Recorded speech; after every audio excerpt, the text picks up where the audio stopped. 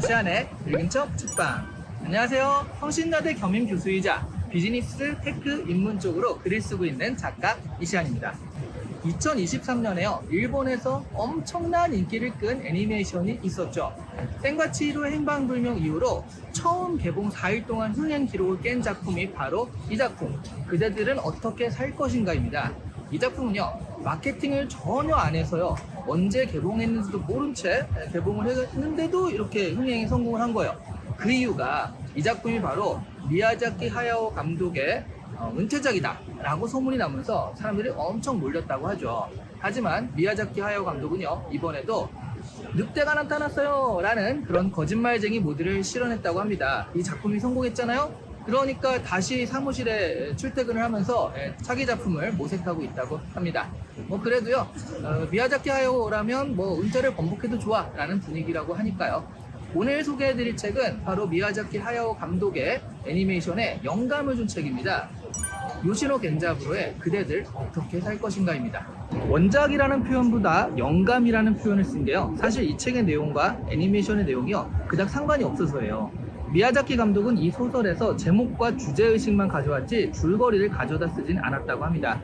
그래도 이 책을 읽어보시면요, 책 자체로도 좋은 지점이 있더라고요. 청소년 대상 소설이다 보니까 지나치게 좀 교훈적이긴 합니다. 근데 주인공인 코페르의 용기와 성장을 따라가다 보면 혼란한 세상에서 중심 잡기 어려운 지금의 어른들에게도 묵직한 메시지를 전해주는 책입니다. 그러니까 미야자키 하야오가 영향을 받았다는 주제의식만큼은 확실하게 살아있는 작품이라고 할 수 있죠. 주인공 코페르는요, 중학교 2학년인데요. 아버지가 2년 전에 돌아가셨고 외삼촌이 아버지처럼 코페르에게 여러 가지 조언을 해줍니다. 이 책은 코페르의 이야기와 외삼촌이 코페르에게 하는 말이 기록된 노트가 반복이 돼요. 외삼촌은 긴자거리를 내려다보면서 이렇게 내려다보는 거죠. 사람은 분자 같다라고 생각한 코페르를 칭찬을 하는데요. 자기 자신만 아는 부화적인 사고에서 벗어난 사람은 넓은 세상 중 하나의 분자로 자신을 인식할 수 있다라는 것이었죠. 그래야 자신뿐 아니라 남도 보인다는 거거든요. 이게 당연한 말인 것 같잖아요. 그런데 이 책에 나온 시절이요, 일본이 제국주의로 맹위를 떨치던 1937년이라는 것을 생각해보면 무척 파격적인 이야기인 거예요. 전체주의를 강조하던 시절에 전체보다는 그 안에 개인을 보고 있는 것이니까요.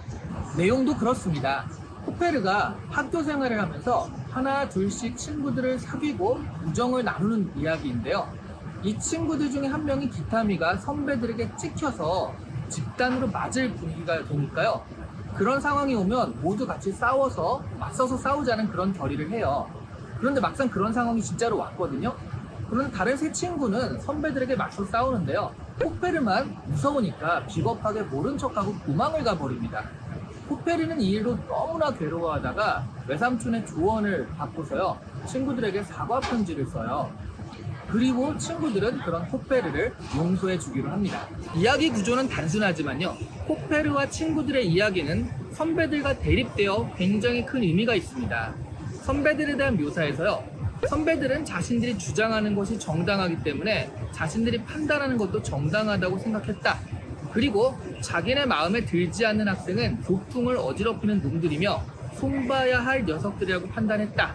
그보다 더 큰 잘못은 다른 사람이 잘못한 것을 지적하고 이를 제재할 자격이 자기네들에 있다고 착각한 것이다 라고 하는 대목이 나옵니다. 이런 선배들의 착각은요, 당시 일본 군국주의가 하는 착각과 맞닿아 있었던 것이죠. 실제 1937년의 일본에서는요, 군국주의가 확산되면서 언론과 출판의 자유는 크게 제약을 받았고 무솔리니와 히틀러를 영웅으로 떠받드는 청소년 책들이 활개를 치고 있었습니다. 그 가운데서 이 책의 작가 요시노 겐자부로를 비롯한 지식인들은 인본주의 정신을 지켜내고자 했고요. 청소년들만이라도 나쁜 시대의 영향을 받지 않도록 보호해야 한다라고 생각하고요, 이 책을 만들었거든요. 그래서 당시에도 금서로 지정되기도 했습니다. 중학교 2학년인 코페르의 원래 이름은 혼다 주니치인데요. 근데 외삼촌이 혼다를 코페르라고 불러요. 코페르는 코페르니쿠스를 줄여서 이르는 말로요, 지동설을 주장한 인물이죠. 당대의 지배적 분위기에 저항하고 완전히 다른 관점을 주장한 인물입니다. 이 네이밍에서 알 수 있듯이요, 당시의 지배적 분위기인 전체주의를 이 책은 부정하고 있습니다. 이 책이 말하고자 하는 바는요, 분자로서의 인간은 개별이 모두 소중하고 의미 있다는 것입니다. 외삼촌의 노트에는요, 우리에게는 자신이 어떻게 결정해야 할지 결정할 수 있는 힘이 있어. 그래서 때로는 실수를 저지르기도 해. 하지만 우리에게는 자신이 어떻게 행동해야 할지 결정할 수 있는 힘이 있어. 그래서 우리는 실수했을 때 다시 일어설 수 있는 거야 라는 구절이 나옵니다. 마치 실수를 저지르고 있는 일본에게 정면으로 하는 말 같죠. 이외에도 책 속에 나오는 명문장들이 많은데요. 앞서 미야자키 하야오 감독의 애니메이션 속에서 이 소설의 문장들을 모티브로 많이 활용하고 있다고 합니다. 애니메이션이 분명히 이 책과 관계 있는 작품인 것은 틀림없다는 것이죠. 이제는 우리 개인들에게 이 책의 내용을 적용해보면요, 실수하지 않는 삶이 완벽한 삶이 아니고 실수를 해도 그것을 인정하고 사과하고 다음에 반복하지 않으려고 노력하는 삶이 바람직한 삶이라는 정도의 인사이트를 얻을 수 있을 것 같습니다. 용기는 겁이 없는 것이 아니라 겁이 나도 하는 것이라는 말이 있죠. 우리 삶은 실수하고 실패하기 마련인데요. 그럼에도 불구하고 정면으로 마주하고 뚜벅뚜벅 그 삶을 살아나가는 것이 바로 우리에게 필요한, 그리고 우리 누구나 가지고 있는 최소한의 용기가 아닐까 합니다. 오늘 이 시간에 읽은 첫 책방은 요시노 겐자부로의 그대들 어떻게 살 것인가였습니다.